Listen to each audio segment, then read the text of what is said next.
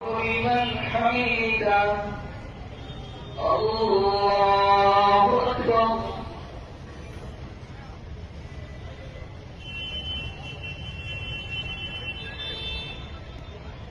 الله أكبر.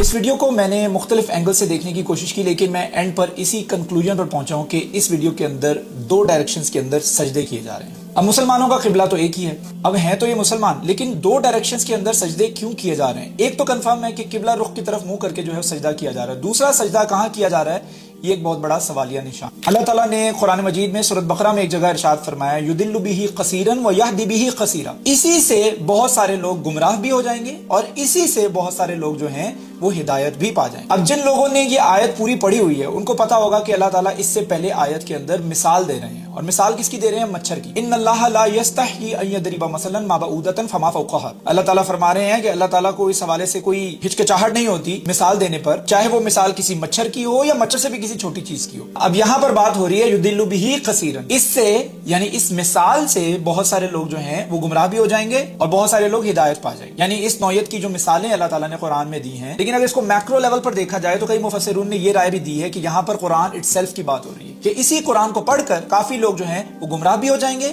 اور اسی قرآن کو پڑھ کر کافی لوگ جو ہیں وہ ہدایت بھی پا جائیں گے. اب آپ جتنے بھی فرقے ہیں، میں کسی فرقے کی اسپیشلی بات نہیں کرتا، آج ہمارے مسلمانوں کے جتنے بھی فرقے بنے ہوئے ہیں، ایون کہ آپ بہائیز کی طرف چلے جائیں، ایون آپ قادیانی موومنٹ کی طرف چلے جائیں، all of them quote the قرآن. ہر فرقہ جو ہے وہ قرآن کو ہی کوٹ کرتا ہے، قرآن کے اندر سے آیات کوٹ کر کے بتائے گا. اس کا کیا مطلب ہوا؟ اس کا مطلب ہوا it is completely dependent on the person who is basically approaching the قرآن. اگر اس کی انٹینشن جو ہے وہی کرپٹ ہے تو اس کو کتاب کے اندر سے کرپشن کے علاوہ کچھ بھی نہیں ملے گا. وہ کچھ نہ کچھ ایسا ڈھونڈ لے گا جو اس کے فالس بلیف کو سپورٹ کرتا ہوگا. You see what I'm talking about? If you have the corruption in your mind to begin with, تو آپ کو اس کتاب کے اندر سے کچھ نہ کچھ ایسا مل ہی جائے گا جو آپ کے غلط بلیف کو سپورٹ کرتا ہوگا.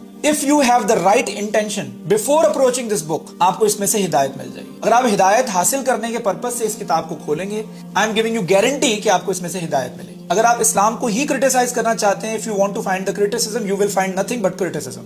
If your intentions are just to get the guidance out of it, you will get guidance out of it. وَمَا يُضِلُّ بِهِ إِلَّا الْفَاسِقِينَ. گمراہی صرف وہ پائیں گے جو فاسق ہوں گے. They have the corruption in their mind to begin with. اللہ تعالیٰ ہمیں اس کتاب کو پڑھ کر رہنمائی حاصل کرنے کی، ہمیں اس کتاب کو پڑھ کر ہدایت حاصل کرنے کی توفیق عطا فرمائے.